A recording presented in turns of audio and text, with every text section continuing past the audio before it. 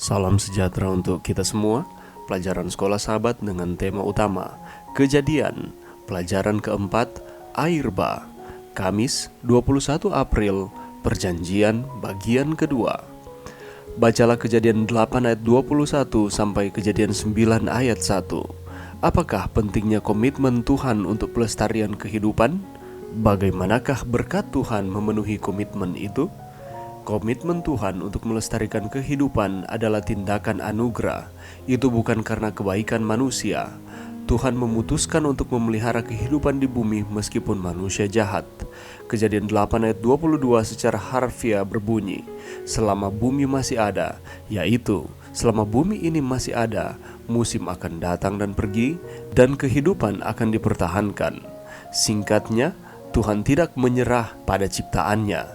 Faktanya, ayat berikut yang berbicara tentang berkat Tuhan membawa kita kembali ke ciptaan asli dengan berkatnya. Tuhan dalam arti tertentu sedang memberi manusia kesempatan untuk memulaikan kembali, untuk memulai dari awal. Bacalah Kejadian 9 ayat 8-17. Apakah makna dari pelangi? Bagaimanakah tanda perjanjian ini berhubungan dengan tanda perjanjian lainnya, yaitu hari Sabat? Frase mengadakan perjanjian diulangi 3 kali, menandai klimaks dan pemenuhan janji awal Allah, mengikuti bagian sebelumnya yang sejajar dengan hari ke-6 dari catatan penciptaan. Bagian ini paralel dengan bagian yang mencakup hari ke-7 dari catatan penciptaan, hari Sabat. Di dalam teks, pengulangan 7 kali kata perjanjian beresonansi dengan hari Sabat. Seperti hari Sabat, pelangi adalah tanda perjanjian. Juga seperti Sabat, pelangi memiliki cakupan universal. Itu berlaku untuk seluruh dunia. Sama seperti hari Sabat sebagai tanda penciptaan untuk semua orang dimanapun. Janji bahwa tidak ada banjir lain di seluruh dunia yang akan datang adalah untuk semua orang dimanapun juga. Bila Anda melihat pelangi, pikirkan tentang semua janji Tuhan kepada kita. Mengapakah kita bisa mempercayai janji-janji itu? Dan bagaimanakah pelangi menunjukkan kepada kita bahwa kita bisa mempercayainya? Pelajaran yang bisa kita dapatkan pada saat ini, peristiwa air bah pada zaman Nuh mengingatkan kita pada kemahakuasaan Tuhan atas kehidupan ini. Dalam peristiwa ini telah diperlihatkan bagaimana manusia yang berdosa menolak untuk bertobat, dan juga orang yang diselamatkan karena hidup benar dan mengikuti perintah Tuhan dengan sabar, yakni Nuh beserta dengan keluarganya. Tuhan mendatangkan air bah bukan karena untuk menunjukkan bahwa Tuhan itu kejam, tetapi kita melihat dalam pelajaran ini bahwa Tuhan sudah cukup sabar menanti agar manusia mau untuk bertobat.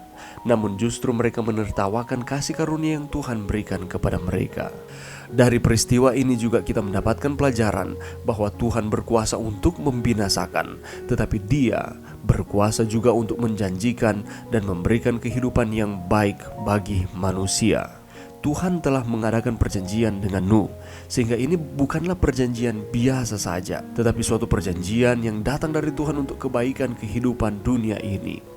Maka Tuhan meneguhkan janjinya bahwa tidak akan ada lagi air bah untuk memusnahkan bumi.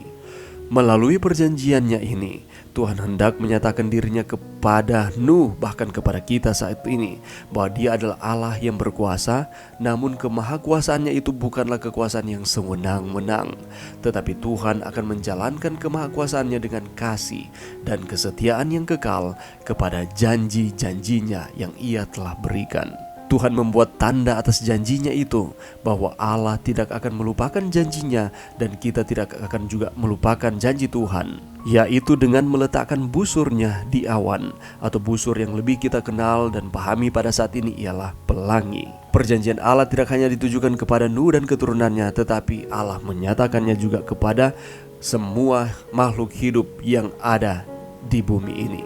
Allah berjanji tidak akan murka lagi kepada bumi dengan memusnahkan bumi ini dengan air, tetapi Allah akan melindungi akan umat-umatnya yang ada di dunia ini.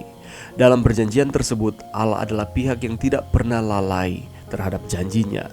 Sebaliknya, manusia kerap kali melanggar akan perjanjian tersebut. Walaupun demikian, Allah tidak pernah membatalkan akan perjanjian itu.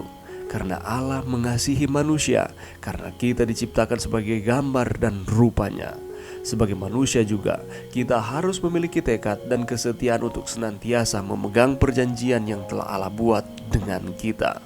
Tidakkah kita berterima kasih kepada Tuhan yang adalah pencipta kita, tetapi Dia yang terus menyokong akan kehidupan kita untuk kita lebih setia, berserah sepenuhnya kepada Tuhan yang tidak lalai menepati akan janji-janjinya?